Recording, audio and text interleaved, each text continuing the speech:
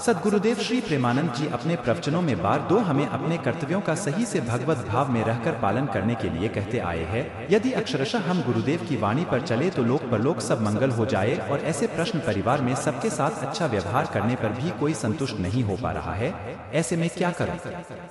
मन में आए ही ना। रुचि त्रिवेदी जी। राधे राधे महाराज जी। आपके चरणों में दंडवत प्रणाम। गृहस्थ जीवन में रहते हुए परिवार के प्रत्येक सदस्य के साथ अच्छा व्यवहार करने का प्रयास करती हूँ, लेकिन पारिवारिक जनों को संतुष्ट नहीं कर पाती, जिससे मेरे भजन में बाधा उत्पन्न होता है। गुरुदेव कृपा मेरा मार्गदर्शन करें। श्री प्रेमानंद जी महाराज प्रवचन। हम भागवत में कई बार चर्चा किए हैं। असंतुष्ट हम तभी होते हैं जब हम अपने कर्तव्य को भूलकर सामने वाले के कर्तव्य को देखने लगते हैं। हमारी असंतुष्टता का कारण कहीं ना कहीं हमारी कामना होती है। जब हम केवल अपने कर्तव्य को देखेंगे तब हमें कोई असंतुष्ट कर ही नहीं सकता। सृष्टि में जैसे यह हमारे पति हैं, मेरे प्रति इनका क्या कर्तव्य है यह न देखकर मैं उनकी पत्नी हूं, मेरा क्या कर्तव्य है यह मानकर चलेंगे तो कोई आपको नहीं असंतुष्ट कर पाएगा। आपका क्या कर्तव्य है, सब में भागवत बुद्धि देखना, हमारा यह सूत्र हमको बचा लेगा। चिद चिद लक्षणम सर्वम राधा कृष्ण वल्लभम। चाहे वह क्रूरता करें, चाहे वह गलत आचरण करें, चाहे दृष्टता करें, यह बाहरी यंत्र है। आंतरिक जो परम कारण है वह आराध्य देव बैठे हुए हैं। और यह हम देखने के लिए निकले हैं। हमारा मार्ग क्या है? कोई कुछ नहीं बिगाड़ सकता, कोई गुस्सा नहीं दिला सकता, कोई दुखी नहीं कर सकता, कोई हमें परेशान भी नहीं कर सकता। हम तभी दुखी और अशांत होंगे जब हम शास्त्र वाक्य गुरु वाक्य में गिर जाएंगे। इस त्रिभुवन में कोई पैदा ही नहीं हुआ है जो हमें अशांत करने वाला है, हमें दुखी करने वाला है।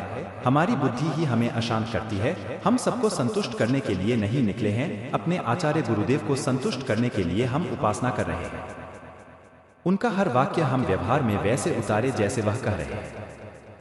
अगर आप अपनी राग द्वेष की बुद्धि के अनुसार आप असंतुष्ट हो रहे हैं तो यह आपका दोष है। हमारे द्वारा कोई ऐसा आचरण न बने तो हमारा हृदय आनंदित रहेगा।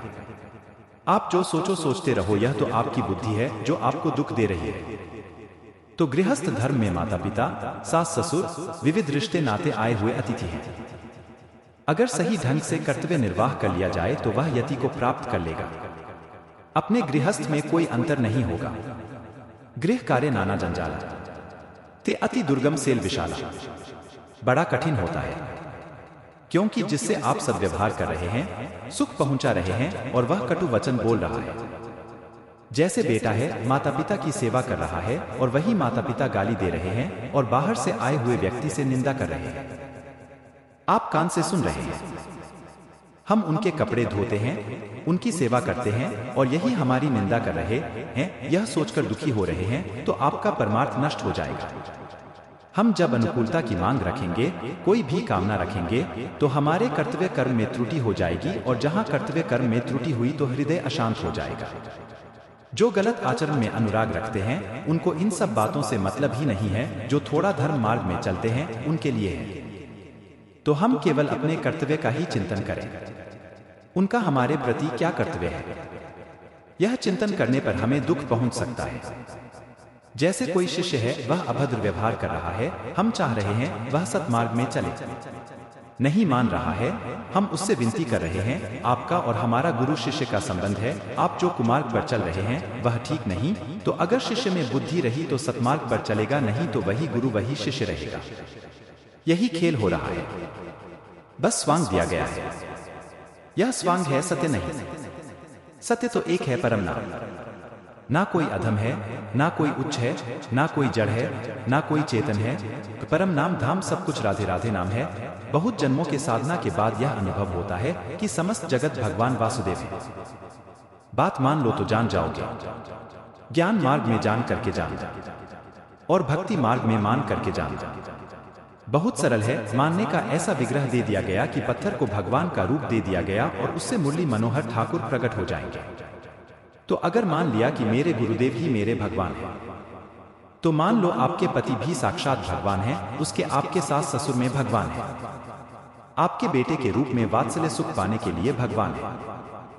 तो कोई समस्या ही नहीं। हमें सेवा भाव करना है, उनके प्रति उनसे हमें अनुकूलता की चाह नहीं करना है। यह सिद्ध पुरुष का लक्षण है, यही तो साधना है। मनमानी आचरण से दुर्गति भोगनी पड़ेगी। निरंतर परमार्थ के पथिकों की बाणी सुनता है। भागवत प्रेमी महात्माओं के वचनों से एक अद्भुत समर्थ जागृत होती है। जो बड़े बड़े व्रत, नियम, तप, तीर्थ यात्रा, धर्म अनुष्ठान से नहीं हो सकता, वह भागवत प्रेमी महात्माओं के क्षण मात्र वचन से हो सकता है।